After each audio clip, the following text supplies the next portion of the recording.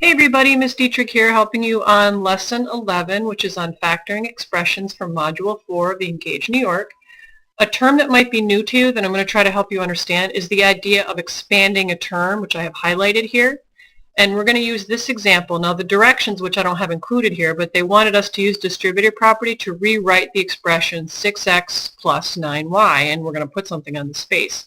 But before we do that, it's helpful to understand this idea of what does it look like if you expand each term. So let's just take the value 6x, or the term 6x. If we think of the prime factorization of that, of even just the number 6, it would be 2 times 3, and then of course we're taking that and multiplying it by the x. And then if we tackle the second term here, which is 9y, the prime factorization of 9 would be 3 times 3, and then of course we're multiplying that with the y. So this is the expanded version of this. So sometimes the reason why this is helpful to think of this is because it might help you to identify the GCF, or the greatest common factor that you're dealing with in each term.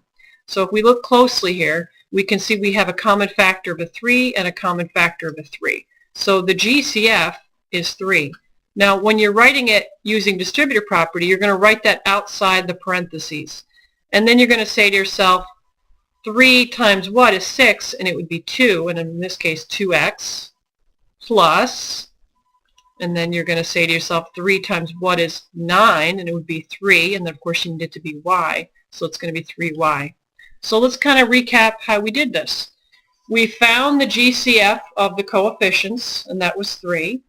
We knew that if we're going to multiply some value with 3 to get 6x, that other value would be 2x, because these are the factors of it.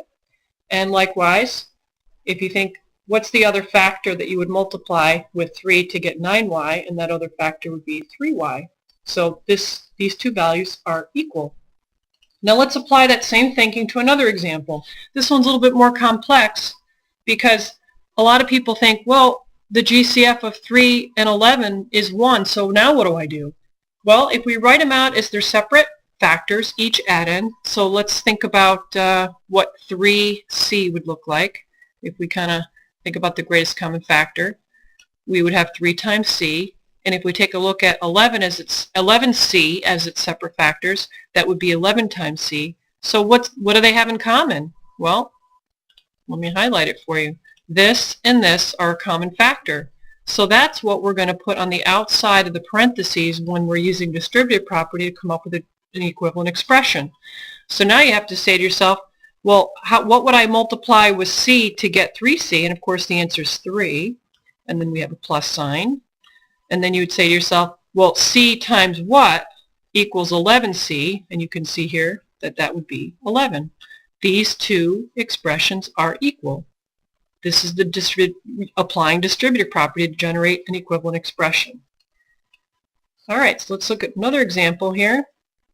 If we had 24b plus 8, we might consider figuring out, we could write it out as its separate factors. We would want to use the prime factorization for 24 and the prime factorization of 8, but hopefully as you get better at this and you get more fluent at finding the GCF, it'll be a lot faster for you. So I'm hoping that you see that 8 is a common factor of both 24 and 8.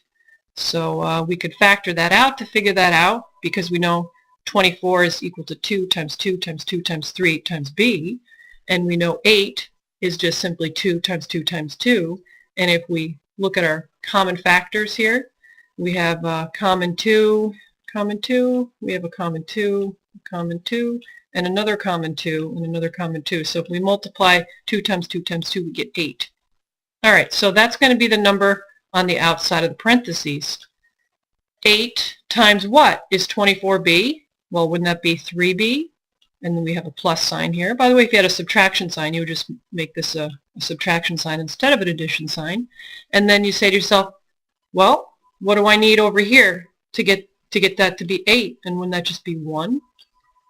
All right, so hopefully you found this helpful. We're almost out of time, so just take a look at you might want to pause this and read what we have here in blue in case you had any other questions. Hope you found this helpful.